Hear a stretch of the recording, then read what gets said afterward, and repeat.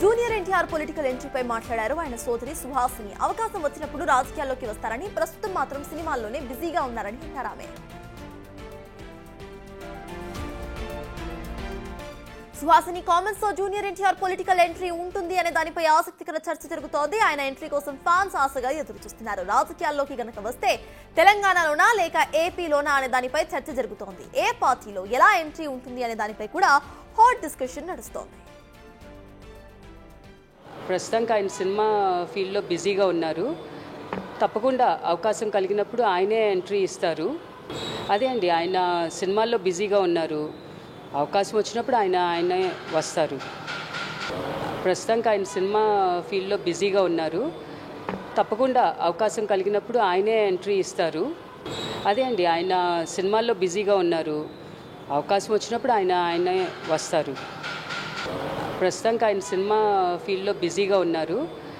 తప్పకుండా అవకాశం కలిగినప్పుడు ఆయనే ఎంట్రీ ఇస్తారు. అదే అండి, ఆయన సినిమాల్లో బిజీగా ఉన్నారు. అవకాశం వచ్చినప్పుడు ఆయనే వస్తారు.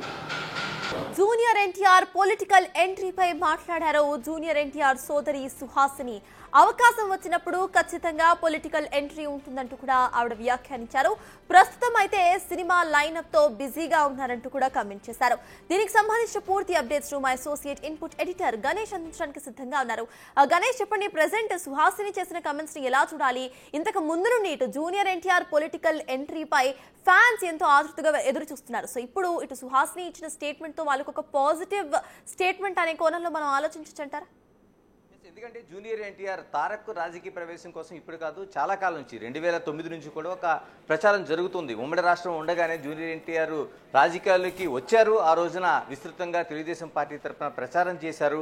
ఆ తర్వాత కొంత ఆయన యాక్సిడెంట్కి గురవడం, ఆ తర్వాత కొంత రాజకీయాలు కొంచెం వచ్చిన పరిణామాలు కొంచెం దూరంగా ఉండడం జరిగింది. కానీ ఎప్పుడు ఏ సందర్భం వచ్చినా జూనియర్ ఎన్టీఆర్ రాజకీయ ప్రస్థానం కోసం జూనియర్ ఎన్టీఆర్ తెలుగుదేశంలో యాక్టివ్గా ఉంటారా లేకపోతే మిగతా పార్టీలోనికి వెళ్తారనేది ఒక అతిపెద్ద చర్చ జరుగుతూ ఉంటుంది. ఇప్పుడు ఆమె తన సోదరి సుహాసిని చేసిన కామెంట్స్ అనేవి మళ్ళీ ఒక కొత్త ఆలోచన కావచ్చు, లేకపోతే జూనియర్ ఎన్టీఆర్ అభిమానులకు కావచ్చు, లేకపోతే మిగతా రాజకీయ పక్షాల్లో ఒక చర్చ కావచ్చు దారితీసింది. ఎందుకంటే సుహాసిని చేసిన కామెంట్స్ చాలా సీరియస్ కామెంట్స్గా చూడాలి. ఎందుకంటే ఆయన తండ్రి హరికృష్ణకి సంబంధించిన నివాళులర్పించిన సందర్భంలో మీడియాతో మాట్లాడుతూ ఆవిడ ఖచ్చితంగా జూనియర్ ఎన్టీఆర్ రాజకీయాల్లోకి వస్తారు, ఆయన సినిమాల్లో బిజీగా ఉన్నారు కాబట్టి ఆ సినిమాలు బిజీ అయిన తర్వాత ఖచ్చితంగా ఆయన రాజకీయ అరంగేట్రం చేస్తారని చెప్పడం. అంటే ఇప్పటివరకు తెలుగుదేశం పార్టీలో ఆయన సభ్యుడిగా ఉన్నాడా లేదనేది గతంలో ఆయన 2009లో విస్తృతంగా ప్రచారం చేస్తున్నప్పుడు తెలుగుదేశం కార్యకర్తగా నేను ప్రచారం చేస్తున్నానని జూనియర్ ఎన్టీఆర్ తారక్ ప్రకటించారు. ఆ తర్వాత ఆయన ఆ సభ్యత్వం ఉందా లేదా అనేది ప్రశ్న కంటే తెలుగుదేశం పార్టీలో ఆయన ఇన్యాక్టివ్గానే ఉన్నారు. ఎందుకంటే ఆ పార్టీలో ఉండే అంతర్గత విభేదాలు కావచ్చు, లేకపోతే చంద్రబాబు నాయుడుతో ఉండే గ్యాప్ కావచ్చు, లేకపోతే మిగతా అనేక అంశాల్లోన చాలా వరకు దూరంగానే ఉంటూ వచ్చారు జూనియర్. సినిమాలకి కేవలం పరిమితమయ్యారు, సినిమాలపైన చాలా ఇంట్రెస్ట్ చూపిస్తున్నారు. ఈ విధంగా తన రాజకీయం జరుగుతుంది. కానీ ఇప్పుడు సుహాసిని చేసిన కామెంట్స్లో ఆయన సినిమాల్లో బిజీగా ఉన్నారు, ఈ బిజీ అయిన వెంటనే రాజకీయాలు ఎంట్రీ ఇస్తారని చెప్తున్న కామెంట్స్ ఏవైతే ఉన్నాయో ఇవి కీలకమైన చర్చకు దారితీస్తున్నాయి. ఎందుకంటే ఈ మధ్య కాలంలోనే జూనియర్ ఎన్టీఆర్కి సంబంధించిన ఒక విషయంలో, అంటే వార్ సినిమా షూటింగ్ సంబంధించిన ఏదైతే అనంతపురం ఎమ్మెల్యే దగ్గుపాటి వెంకటేశ్వర ప్రసాద్ చేసిన కామెంట్స్ రాష్ట్ర వ్యాప్తంగా సంచలనం కలిగించాయి. తారక అభిమానులు పూర్తిగా నిరసనలు తెలియజేశారు.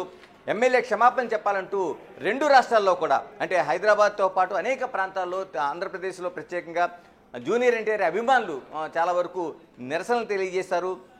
ఎమ్మెల్యే చేసిన కామెంట్స్ పైన వాళ్ళు విరుచుకుపడ్డారు, క్షమాపణ చెప్పాలన్నారు. దీనిపైన దగ్గుపాటి స్పందించారు. తర్వాత ఈ ఏదైతే ఆ కాల్ రికార్డ్స్ ఆ రోజున చేశాడో ఆయనతో సంబంధించిన వ్యక్తి దాన్ని మీడియాతో మాట్లాడడం జరిగింది.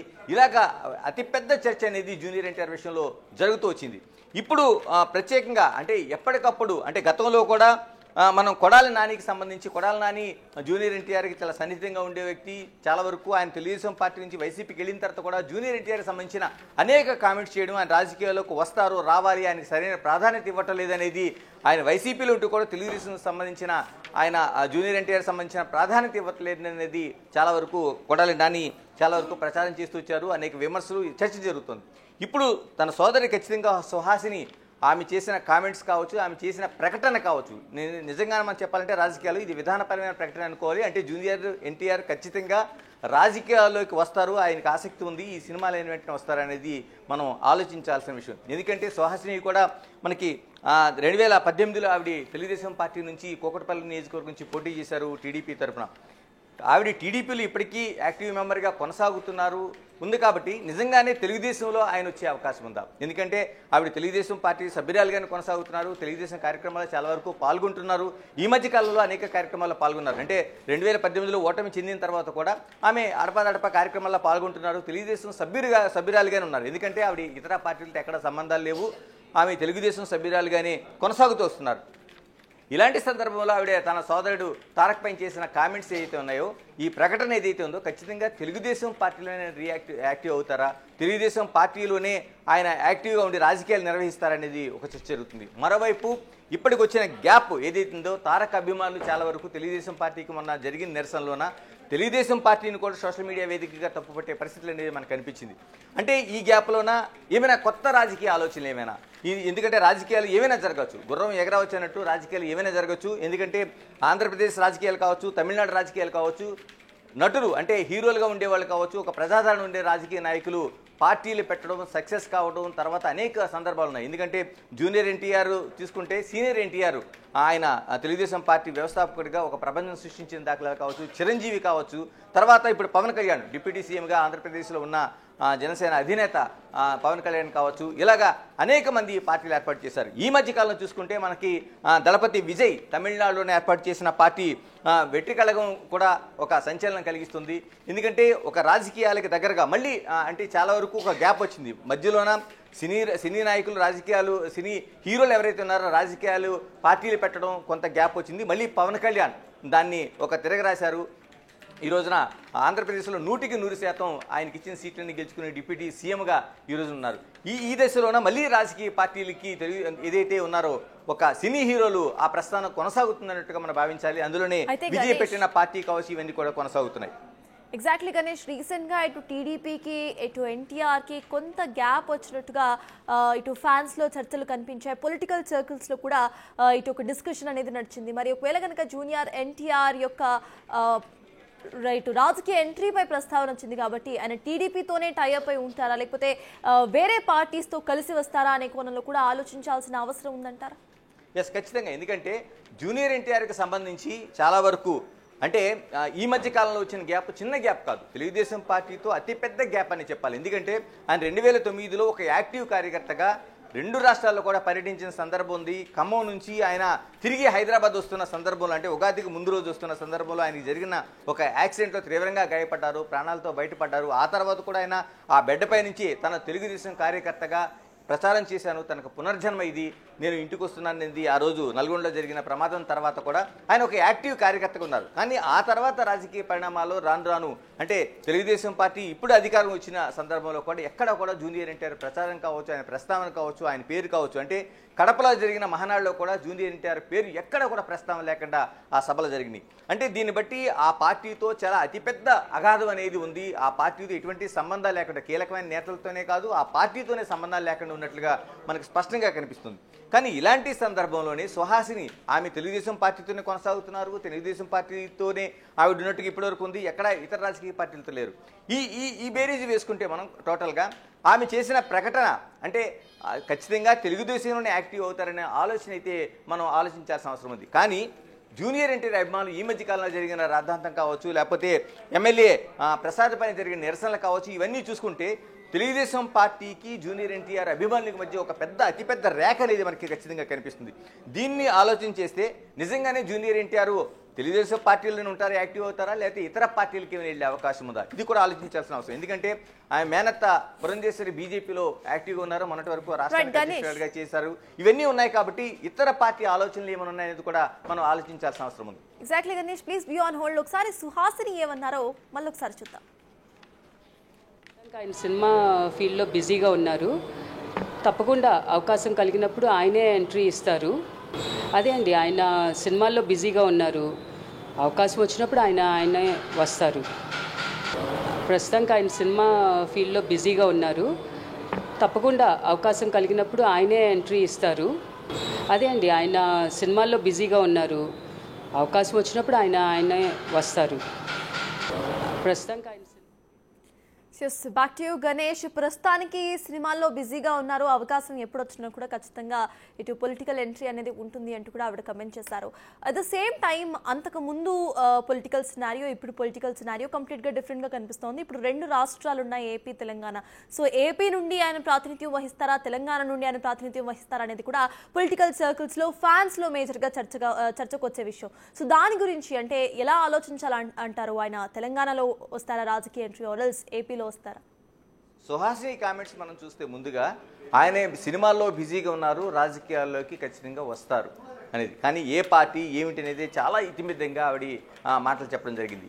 మీరు అన్నట్లు తెలంగాణ, ఆంధ్రప్రదేశ్ రాజకీయాల ఈ రెండిట్లో ఏది ఎంచుకుంటారనేది కూడా నిజంగానే కీలకమైన చర్చ. ఎందుకంటే జూనియర్ ఎన్టీఆర్కి రెండు రాష్ట్రాల్లో కదా, వారి సినిమా తర్వాత ఆయన చాలా వరకు ఇతర రాష్ట్రాల్లో కూడా ఆయన సినిమాలు డబ్బింగ్ అయిన సందర్భాలు ఉన్నాయి, కలెక్షన్స్ కొల్లగొట్టిన సందర్భాలు ఇవన్నీ ఉన్నాయి. కాబట్టి ఆయన ప్రత్యేకంగా తెలుగు రాష్ట్రాలపైన కేంద్రీకరించే అవకాశం ఉంది, ప్రధానంగా ఆంధ్రప్రదేశ్లోనే. ఎందుకంటే ఆయన కీ హోల్ అంతా అక్కడే ఉంది. కాబట్టి ఆయన తన తాతగారు రాజకీయాలు చేశారు అక్కడే, చాలా వరకు తండ్రి రాజకీయాలు చేశారు. కానీ ఇప్పుడు ఆయన ఉన్నది బేస్ అంతా కూడా హైదరాబాద్ బేస్లోనే చేశారు. గతంలోన ఏదైతే ఇప్పుడు ప్రకటన చేసిన సుహాసిని కూడా కూకట్పల్లి నియోజకవర్గం నుంచి 2018లో ఇక్కడ నుంచి పోటీ చేశారు, అంటే టీడీపీ తరఫున. అంటే ఇవన్నీ అంటే రాష్ట్ర విభజన తర్వాత కూడా ఆవిడ తెలుగుదేశం పార్టీ తరఫున ఇక్కడ టీటీడీపీగా ఆవిడ పోటీ చేయడం జరిగింది 2018లో. ఇవన్నీ చూసిన తర్వాత నిజంగానే ఒక అతిపెద్ద చర్చ జరగాల్సిన అంశంగా కనిపిస్తుంది మనకి ఇది. ఎందుకంటే ఆయన ఆంధ్రప్రదేశ్ రాజకీయాల వైపే ఎక్కువ మొగ్గు చూపే అవకాశం ఉంది. కానీ నిజంగానే అక్కడ అంత హోల్డ్ ఉందా, లేదంటే ఆయన అదే పేరుతో, ఎందుకంటే తెలంగాణలో తెలుగుదేశం పార్టీకి చాలా వరకు కార్యకర్తలు ఉన్నారు కానీ నాయకులు లేని ఒక లోటు అయితే కనిపిస్తుంది. ఎందుకంటే ఇది అనేక సందర్భాల్లో మనకి చర్చ జరిగింది. తెలుగుదేశం పార్టీ కూడా ఈ మధ్య కాలంలో చేసిన ప్రకటన కావచ్చు, లేకపోతే మొన్న కడపలో జరిగిన మహాసభలో కావచ్చు, తెలుగుదేశం పార్టీ ఖచ్చితంగా తెలంగాణలోనే మళ్ళీ ఆ పునర్జీవం పొందాలనేది చాలామంది నాయకులు చెప్పారు. ఎందుకంటే ఇక్కడ క్యాడర్ ఉంది, దాదాపు అన్ని జిల్లాల్లో కూడా క్యాడర్ ఉంది. ఈ రోజున చాలా వరకు రాజకీయాల్లో ప్రధానమైన రాజకీయ పార్టీల్లో నడుస్తున్న వాళ్ళందరూ కూడా ఒకప్పుడు తెలుగుదేశంలోన కార్యకర్తలుగాను నాయకులుగాను ఉండే సందర్భాలు వాళ్ళు కొనసాగారు కూడా. ఇప్పుడు అంటే అటు బీఆర్ఎస్ కావచ్చు, కాంగ్రెస్ కావచ్చు, బీజేపీ కావచ్చు, చాలామంది ఉన్నారు. అలాంటి దాంట్లో ఇప్పుడు తెలుగుదేశం పార్టీ కీలకంగా మొన్న మహానాడులో జరిగిన సందర్భంలో ఖచ్చితంగా తెలంగాణలోన ఒక మళ్ళీ తెలుగుదేశం పార్టీ పునర్జీవం పొందాలనేది ఆ వేదిక పైన ఒక ప్రధానమైన తీర్మానం చేశారు. ఈ తీర్మానాన్ని అనుసరిస్తే ఖచ్చితంగా జూనియర్ ఎన్టీఆర్ లాంటి నాయకుడు తెలంగాణ రాష్ట్రానికి అవసరం. వాళ్ళకి నిజంగా అది అయితే పార్టీలో ఇప్పటివరకు ఉన్న విభేదాలు సఖ్యత ఏర్పడడంతో పాటు అటు తెలంగాణలో కూడా తెలుగుదేశం పార్టీకి మరొక హోల్డ్, అంటే ఒక కీలకమైన నాయకుడు వచ్చే అవకాశం ఉంది. ఎందుకంటే జూనియర్ ఎన్టీఆర్కి ఇక్కడ ఇదే హోల్డ్ మీద ఆయన ఉన్నారు, హైదరాబాద్లో ఉంటున్నారు. తెలంగాణలో కూడా ఆయనకి అనేక మంది, వేలాది మంది అభిమానులు ఉన్నారు. ఆ పార్టీని హోల్డ్ చేసే నాయకుడు ఎవరని తెలుగుదేశం ఆలోచించినప్పుడు ఖచ్చితంగా జూనియర్ ఎన్టీఆర్ వాళ్ళకి ప్లస్ పాయింట్, ఒక నెంబర్ 1 స్థానంలో ఆయన ఇక్కడ ఉంటారు. నిజంగా తెలుగుదేశం పార్టీ ఆ విధంగా ఆలోచన చేస్తే రెండు రాష్ట్రాల్లో, అంటే ఏదైతే కడపలో జరిగిన తీర్మానం ఏదైతుందో దాని ఇంప్లిమెంటేషన్లో భాగంగా అనుకుంటే మాత్రం జూనియర్ ఎన్టీఆర్ ఖచ్చితంగా తెలంగాణ గడ్డపై నుంచి ఆయన నాయకుడిగా హోల్డ్ చేస్తాడు. ఇక్కడ నుంచి ఆ రాజకీయ అరంగేట్రం, అంటే మరోసారి పునరుద్భవం కావచ్చు, లేకపోతే ఇక్కడ నుంచే హోల్డ్ చేసి ఆ పార్టీని దిశానిర్దేశం చేసే అవకాశాలు అయితే ఖచ్చితంగా కనిపిస్తున్నాయి. ఎగ్జాక్ట్లీ గణేష్, ఫ్యూచర్ గురించి మాట్లాడుకుంటున్నాం కాబట్టి ప్రెసెంట్ మనం ఒకసారి స్టికింగ్ టు ద ఫ్యాక్ట్స్, ఇప్పుడు ప్రెసెంట్ తెలంగాణ పొలిటికల్ పార్టీస్ గురించి మాట్లాడుకుంటే ఇందాక మీరు చెప్పినట్టు టీడీపీలో సరైన క్యాడర్ ఉన్నా వాళ్ళని రిప్రజెంట్ చేసే నాయకుడు లేరు అన్న సంగతి ఇక్కడ అందరికీ తెలుసు.